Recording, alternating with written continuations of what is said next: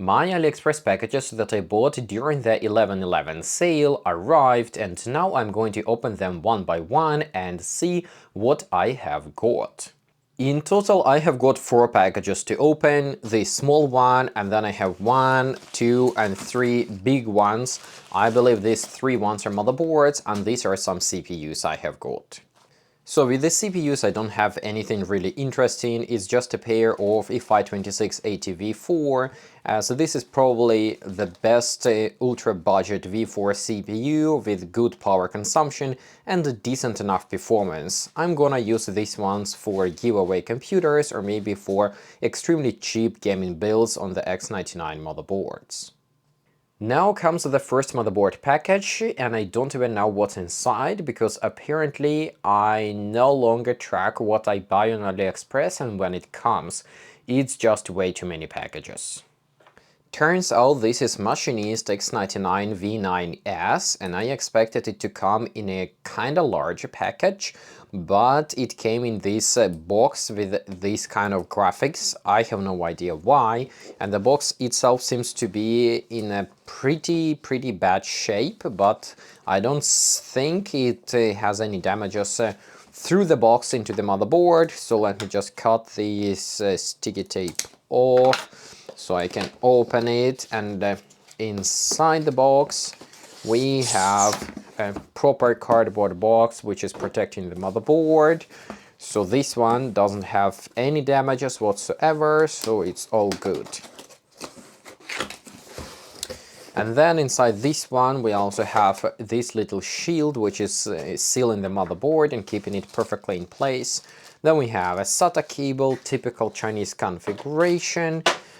Then comes the motherboard itself. The box or the bag is not sealed, so I assume the motherboard was tested before shipping.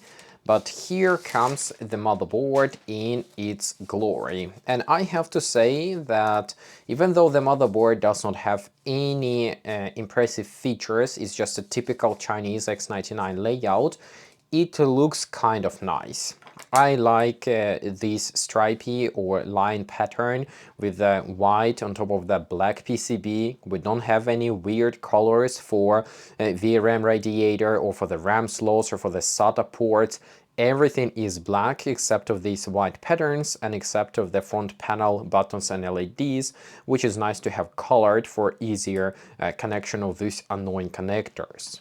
Now, in terms of features, I obviously have to test everything before I can say for sure, but according to the manufacturer specification, we're supposed to have here quad channel memory support, PCI Express X16 3.0, PCI Express 4 X4, this is PCI Express 3.0 X4, and then we have 1, 2, and 3 M.2 NVMe SSDs, all of which are supposed to be PCI Express 3.0 X4. And in addition, we have here a small M.2 slot for Wi-Fi expansion cards.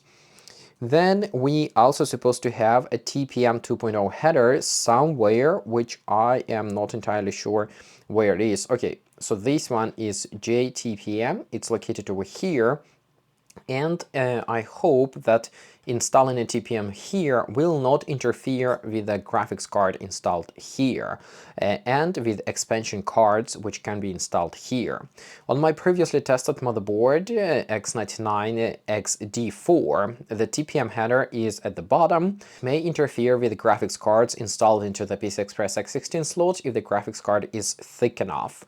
So yeah, placing TPM header over here is a much better idea. Then over here we have 6, I believe, SATA 3 ports and power connector here and here. In addition, I have spotted 1, 2, 3, 4 pin fan headers. I have no idea how many of these connectors can actually be controlled through a smart fan function. But at least we have 4 of these connectors, so that's not too bad. And then we have all the standard features. We have frontal USB 2, then we also have frontal USB 3, another USB 2, which is very nice to have 2 USB 2 headers. Then we have audio for the front panel, and here we have a COM port, which is pretty useless for me, but it is pretty important for some. The battery is of course over here, and finally let's take a look at the rear I/O. Here we also don't have anything special, it's just typical Chinese layout, but it's good that we have 4 USB 3 ports instead of just 2. So in total we have 8 USB ports, 2 here and 2 here are USB 2, and then 4 in the middle are USB 3. Here we have a standard gigabit Ethernet, and here we have some typical audio input-output. In addition, we also have these 2 PS2 ports. The I/O shield here is plastic, so it's not going to protect these ports from any static electricity, and it also may interfere with some chassis. Sometimes these plastic I/O shields are hard to fit in some chassis, but at least it looks nice. So if you're interested in a full detailed review of this motherboard, then please subscribe to my main channel, because the review of this Machinist X99-V9S motherboard will be published there. So this is the next package to open, and again I have no clue what's inside. What I can say is that it feels very light, so I can't guess what the motherboard is in there. Oh, right, this is SOYO H311M-DVH M.2 motherboard. Now let's take a look what this is and why I bought it. Okay, SATA cable, I/O shield, all the standard packaging. The motherboard, very light and pretty basic packaging. So, the motherboard. This is Intel LJ1151 socket, and unlike standard Intel 1151 motherboards, which are split into 1151 version 1 and version 2, this SOYO H311 motherboard is supposed to work with all Intel 1151 CPUs, such as i7-67, 77, 87 and 9700.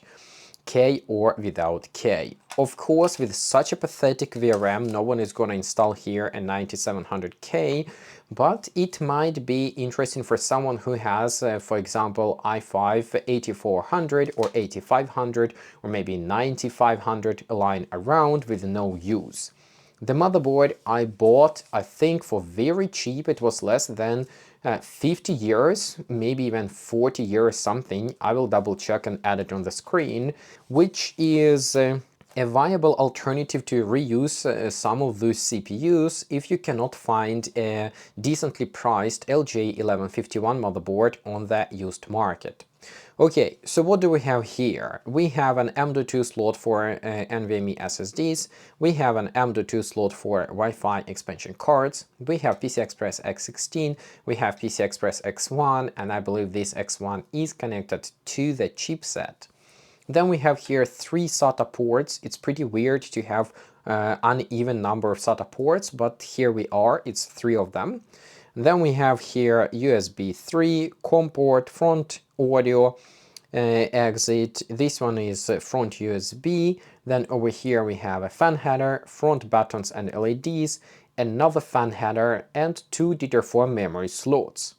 What's disappointing is that we do not have any TPM headers, but at the same time it's not that needed, because Intel LJ1151 CPUs, or at least many of them, come with a built-in TPM, so Windows 11 shall be fully compatible with this motherboard.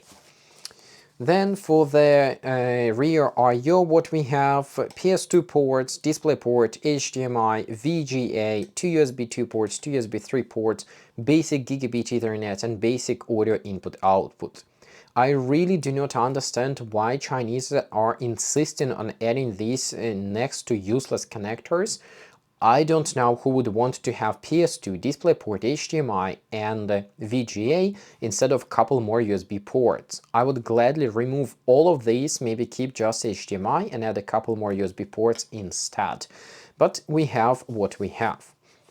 So this SOYO H11 motherboard will be reviewed, and then I will reuse it with an i5 8400 that I have lying around for a long while. I'm also curious to see if it's going to boot up with the Xeon E3 V5 V6 CPU, and if yes, then it might be a very good motherboard for those CPUs that I have lying around as well. Just as always, if you're interested in the full detailed review of this motherboard, then follow me on the main channel because the review will be published there. Finally, the last box to open, and I kind of know what it is. I think it is the cheapest X99 motherboard I could find and justify buying on AliExpress. So I want to test and tell you what you can expect from the absolute cheapest motherboard that has all the necessary features from AliExpress. And then maybe I will have a live stream trying to burn this motherboard by using a 52697V3 with the turbo boost unlock and with the unlimited power. Even though this is the cheapest X99 motherboard I could justify buying, it still came with this little readme manual with basic layout and basic specification of what you have on the motherboard, and I have to say it's not too bad to have this included and in English. Then we have the standard configuration, SATA cable, mounting screws for this mounting ring, and a pack of cheap thermal paste.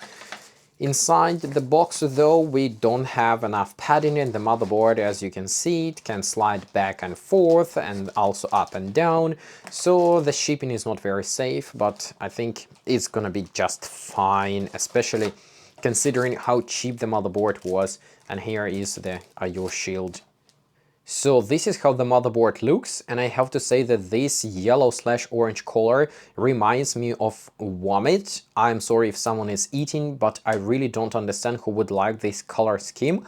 But if someone likes it, please, no offense, I have nothing against any color, it's just my personal preference. I find this kind of color configuration on a motherboard to be pretty odd and pretty unattractive. So the motherboard name is X99-K9S-TPM2.0, which indicates that we have a TPM 2.0 header over here. And again, you can see this PCI Express X1 slot is so close to this TPM 2.0 header, so you will have problems installing both at the same time, expansion card and TPM module, unless you figure out how to rotate the TPM module.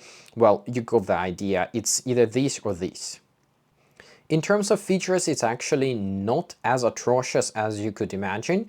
The different memory slot coloring indicates that we have only 2 memory channels, and the black ones are secondary and the yellow/orange ones are primary. So if you have only 2 memory sticks, you install one over here and one over here. If you have 4, then you'll populate all of them. This is PCI Express 3.0 X16, then we have 2 M.2 slots, which I believe are also PCI Express 3.0 but X4.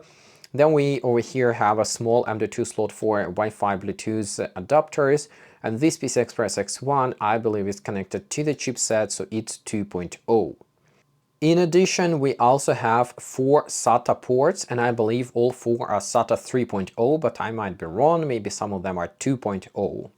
For the front panel, we have all the standard things, buttons and LEDs, USB 2, USB 3, then this is a LPC debug header, so I guess you can attach here a debug LED window with these postcodes, and this is audio for the front panel.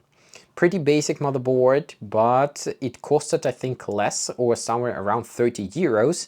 So if it's gonna be anyhow decent, and if it would be working fine with something like E5-2680V4, then it might be a bargain, you never know.